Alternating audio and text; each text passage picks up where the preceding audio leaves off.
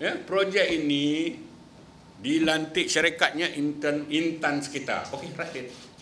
Intan Sekitar telah dilantik oleh Prasarana sebagai Joint Land Development Partner. Ya. JLD, Joint Land Development Partner Intan Sekitar ni oleh subsidiary syarikat Prasarana bernama Pride. Pride apa tadi? In full? Prasarana Integrated Development. Prasarana Integrated Development dan Pride. Dia orang yang melantik Intan Sekitar ni. Bila dilantik? Pada tahun 2012. 2012. 8 years ago. Masa tu I chairman Pekra. I bukannya cabinet member. I seorang manusia rakyat negara ini. Saya pun boleh berniaga. Waktu itu ahli kabinet, menteri, timbalan menteri tak boleh berniaga. Saya berniaga lah. Faham tak? Dan masa itu saya bukannya chairman di sini. Carilah apa peluang projek. Banyak orang buat projek kerajaan. Ini YTL lah, Berjaya lah, Gamuda lah, apalah, beliau projek kerajaan. Kita tak ada projek macam tu. It's just a small project yang diberi oleh through open tender. Ya, tender terbuka pula tu. I think the offer Intan Sekitar punya offer was the highest, 21% of dia panggil GDP. Orang offer 18%, 15%, kita offer 21.2. The highest. You ask this is the CEO. The highest offer. That's why we won the bid. Open tender. Syarikat-syarikat besar pun kalah. Okey, siapa dia Intan Sekitar? Intan Sekitar ialah sebuah syarikat SPB, ya, yang shareholding dia 51% Crest Builders. Crest Builders is a public listed company, kan? 51%. Okey. 49% siapa? Ialah Detik Utuh. Bukan Teguh, ya, Detik Utuh. Siapa Detik Utuh? Who are the shareholders of Detik Utuh? Shareholdersnya ialah seorang bernama Obata. Itu syarikat bukan orang. Obata. Satu lagi one individu namanya Vignesh Naidu. Ya, betul. Vignesh. And the third is syarikat bernama Tindakan Juara. Tindakan Juara inilah yang saya ada kepentingannya di situ. Ya. Jadi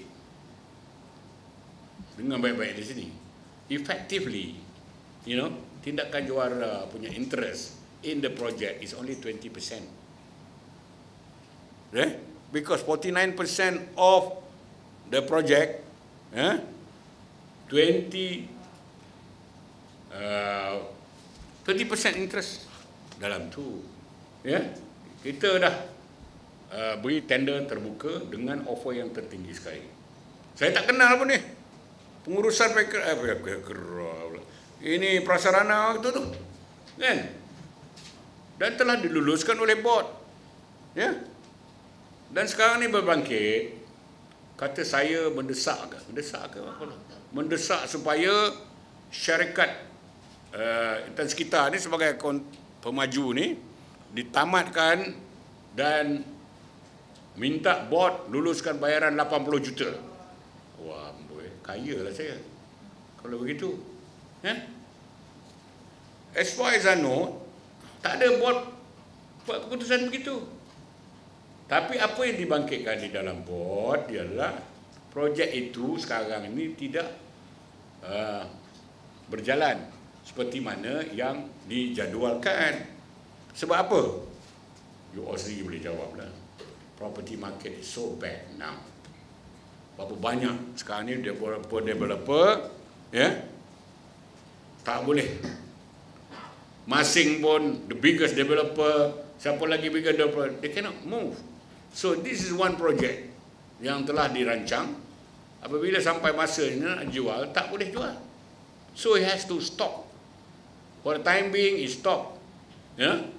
Dan apa perancangan kita selepas ini? Adalah perbincangan di peringkat board, sama ada tempat itu, bangunan itu boleh dijadikan ibu pejabat kepada syarikat prasarana.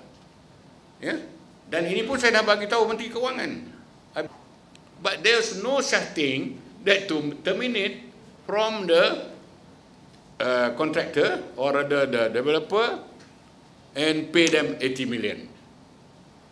This is an allegation which is not fair lah, you know. Projek itu dah diberi kepada instansi kita pada tahun 2012. Ya? So salah ke masa itu saya tidak menjadi pengurusi prasarana dan tidak ada apa-apa kedudukan dalam syarikat ini pada masa itu memajukan satu projek prasarana yang dipanggilkan itu apa? Latitude 8. Salah ke? Kalau salah saya tak tahu, tak faham. Kalau salah, salah. But I don't think so. You know?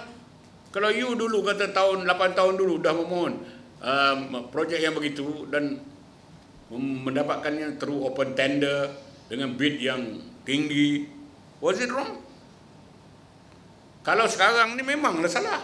If now his project is awarded while I'm the chairman, you know, awarded to a company where I have an interest, tentulah salah, conflict of interest, abuse of power. Masa itu saya jadi pengurusi Petra. Banyak projek yang saya buat. Saya berniaga sejak daripada saya keluar universiti, saya sudah berniaga. Tak? Bukan baru ini nak berniaga. So, apabila 2013 pilihan raya,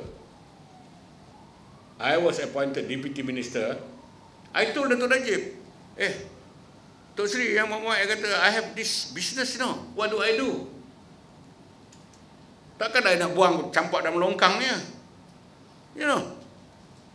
So I said, can I transfer my shares to my daughter and my family? You know. Nak dapatkan projek itu pun you tanya Firdaus ni. Bukan senang. I think about 3 years of negotiation, 3 years of planning, 3 years of macam-macam buat. Lepas itu dah pilihan raya. Kan? So what do I do? Buang gitu je? Takkanlah dah habis duit berapa banyak tu semua. So to be open, I'm telling you this, the project yang dimenangi oleh instansi kita, yang dipanggil Latitude 8 itu ialah projek 8 tahun dahulu. And I have no interest that will conflict dengan prasarana.